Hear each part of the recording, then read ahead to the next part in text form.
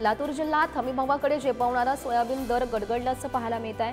हमीभाव केंद्रांना टाळं लागल्यानंतर जवळपास पावणे 2 महिन्यानं बाजारपेठेत सोयाबीनचा भाव 4,600 रुपयांपर्यंत पोहोचलेला होता। त्यामुळे शेतकऱ्यांच्या आशा उंचावलेल्या होत्या। जळगाव जिल्हा आणि परिसरात कलिंगडाची आवक घटलेली आहे, त्यामुळे आवक कमी असल्यानं दर टिकून असल्याचं बघायला मिळत आहे। दरम्यान दर्जेदार कलिंगडाला प्रति किलो 8 ते 10 रुपये दर मिळताना बघायला मिळतोय। सरकारनं किमान आधारभूत किंमत खरेदी योजनेअंतर्गत हरभरा आणि रब्बी धान खरेदी करण्याचा निर्णय घेतला। या दोनही धान्यांच्या विक्रीसाठी ऑनलाईन नोंदणीला सुरुवात झाली आहे। खरेदी केंद्रांवर रब्बी धानाची खरेदी 2300 रुपये प्रति क्विंटल तर हरभऱ्याची खरेदी 5,650 रुपये प्रति क्विंटल दरानं केली जाणार आहे।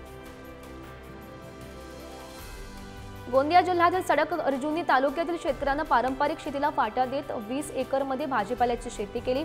कमी पाण्यात वर्षभर घेता येणारे भाजीपाल्याच्या नगदी पिकाकडे शेतकऱ्यांचं लक्ष सध्या दिसतंय। यातून त्यानं लाखो रुपयांचा नफा प्राप्त केला।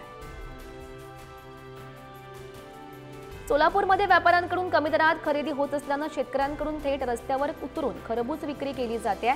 गावरान खरबुजाची लागवड करणाऱ्या शेतकऱ्यांना यंदा दर कोसळल्याचा फटका सुद्धा बसलाय। नंदुरबार जिल्ह्यात तापमानाचा पारा 40 अंशांवर पोहोचलेला आहे, त्यामुळे जनावरांच्या आहार प्रजनन क्षमता वाढ दूध उत्पादनावर मोठा परिणाम होतोय। दूध उत्पादक शेतकऱ्यांनी उन्हाळ्यात जनावरांची योग्य काळजी घेण्याचं आवाहन पशुसंवर्धन विभागानं केलेलं आहे। जळगाव जिल्ह्यातील शेतकऱ्यांना अवकाळी पावसाचा फटका बसलाय। त्या पावसामुळे बाजरी, मका आणि गहू या पिकांचं मोठ्या प्रमाणात नुकसान झालं। पालकमंत्री गुलाबराव पाटील यांनी तात्काळ नुकसानीचे पंचनामे करून अहवाल तयार करण्याच्या सूचना प्रशासनाला दिलेल्या आहेत। जालन्याच्या घनसावंगी तालुक्यात कांदा लागवड वाढली आहे, मात्र यंदा मधमाशांच्या संख्येत घट झाल्यामुळे परागीकरणाच्या प्रक्रियेत अडथळे निर्माण होत आहेत। त्यामुळे कांदा बियाणं उत्पादनात घट होण्याची शक्यता असल्यानं शेतकरी चिंतेत सापडले।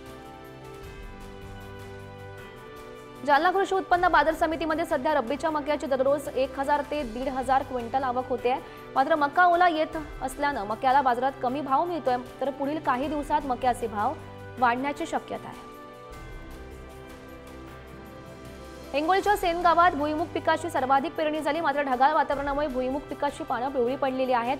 त्यामुळे भुईमुगाच्या उत्पादनात घट होण्याची शक्यता आहे। कृषी विभागानं योग्य औषधी संदर्भात मार्गदर्शन करावं अशी मागणी शेतकरी करतात। राज्यातील 14,000 कारखान्याच्या दैनिक ऊस गाळप क्षमता वाढीचे प्रस्ताव राज्य सरकारनं केंद्राकडे पाठवलेले आहेत।